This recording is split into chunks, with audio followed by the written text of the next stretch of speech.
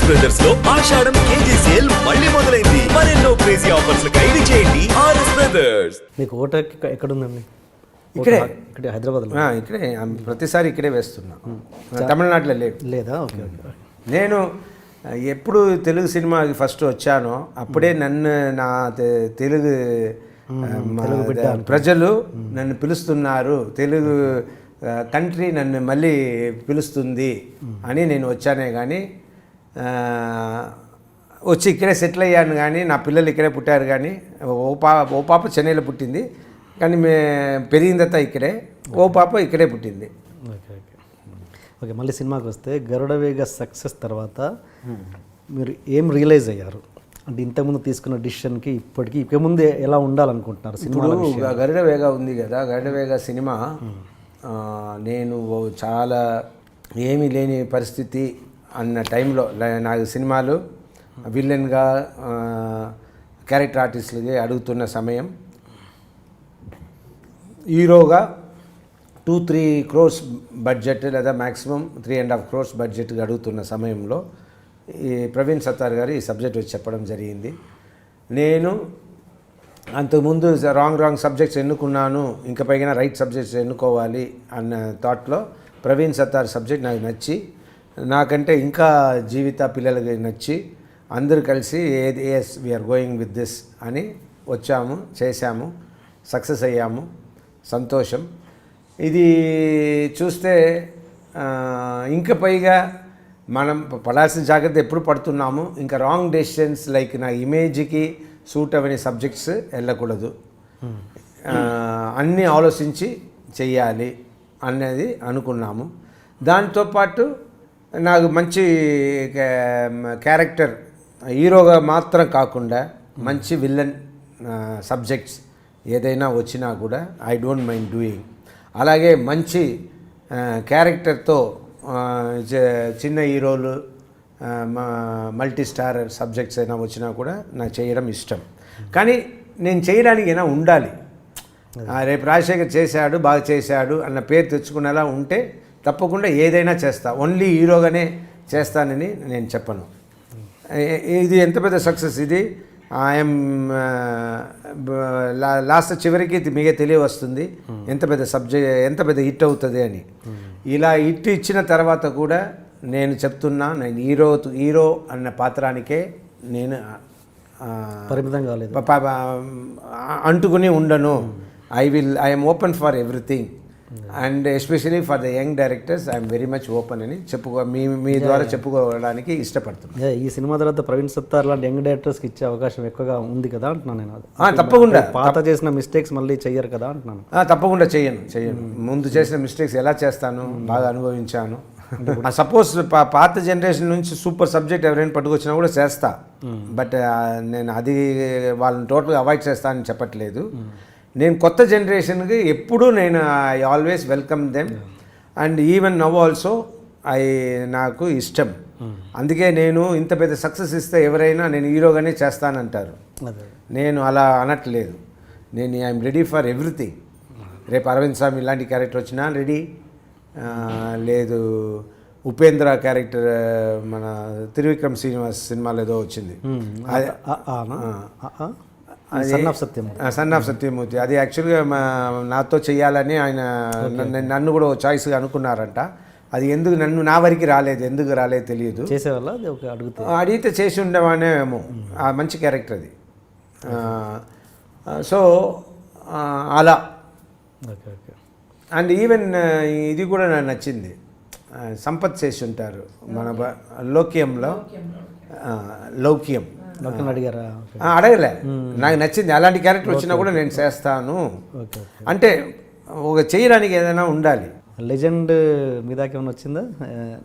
Legend రాలే. Legend నా దగ్గర అలాంటివి అంటేనా మీ కోరిక?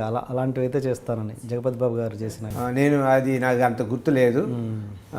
ఇంకొకటి ఈయన చేశారు, రాజేంద్ర ప్రసాద్. ఇది మహేష్ బాబుతో ఒకటి అడిగారు, శ్రీమంతుడు. అలాంటివి వస్తే నేను చేస్తాను. అది మంచి character. And Prakash Raju cinema చేశారు, అది నన్ను అడగాలనుకున్నారన్నారు. నవ్వుతూ ఉండేలా సీతమ్మ వాకిట్లో వాకిట్ల సిరిమ అది వచ్చినా కూడా చేసి ఉంటా. అది అడిగారా? అడగాలని అనుకున్నారు, ఓకే ఓకే కరెక్టే అడగల, ఏదో మూల్యంగా వచ్చింది. ఓకే ఓకే అందులో యాక్చువల్లీ డైరెక్టర్ నవ్వు ముఖం ఉండాలి, నవ్వుతూ ఉండేలా చిరునవ్వుతో ఉండాలి, అలాంటి క్యారెక్టర్ మహేష్ బాబు అండ్ వెంకటేష్ సన్స్గా అన్నట్టు ఇంతవరకు నాకు వచ్చింది. ఓకే బట్ నా వరకు రాలే, అది ఎందుకు రాలేదో. మీరు ఎప్పుడన్నా ఇండికేషన్స్ పంపారా ప్రొడక్షన్ హౌస్? నేను ఆ విషయంలో కొంచెం ఏదో నాకు వెళ్ళి అడగడం సిగ్గు. నేను అట్లీస్ట్ ప్రెస్ నోట్ ద్వారా చేయాలి కదా, వాళ్ళకి ఎలా తెలుస్తుంది? తెలియదు కదా వాళ్ళకి మీరు ఇలా ఇంట్రెస్టెడ్ అన్న విషయం. అది ఎవరైనా అడిగితే నేను చెప్తాను. ఇప్పుడు చెప్తున్నాను కదా, ఇంతవరకు చెప్పి ఉన్నా, దీన్ని చూసే వాళ్ళు అర్థం చేసుకోవాలి. మళ్ళీ వెళ్ళి అడిగి కాదు అనేస్తే అసహ్యంగా ఉంటుంది కదా, అందువల్ల నేను అడగను.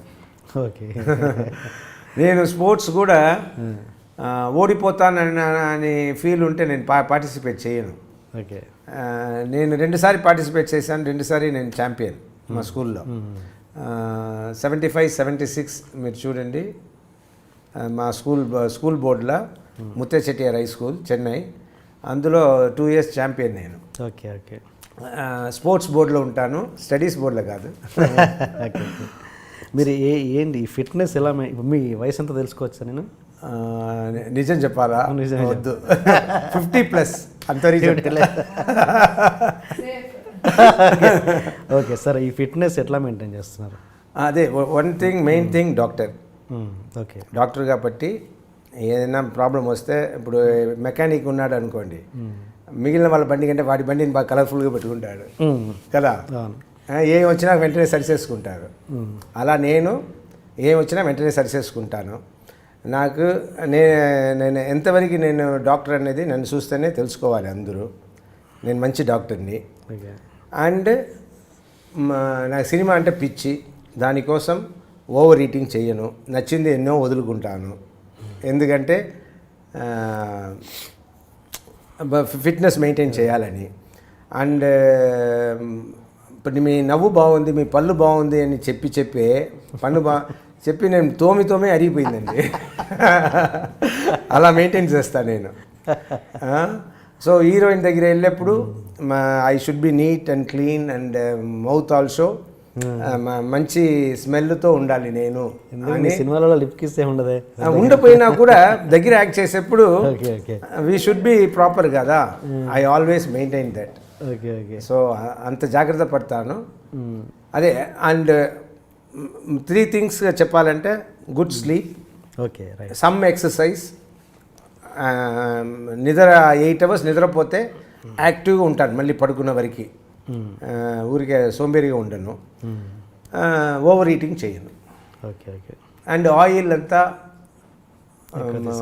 అవాయిడ్ జంక్ ఫుడ్స్ అవాయిడ్ చేస్తా. ఓకే సపోజ్ ఎప్పుడైనా తినచ్చు, తింటే దానికి తగ్గట్టు మిగిలిన ఫుడ్ని కట్ డౌన్ చేసుకుంటాం.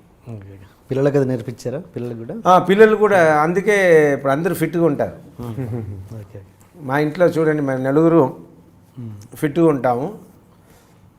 Because all these things I also make them sleep properly, do some exercise or other.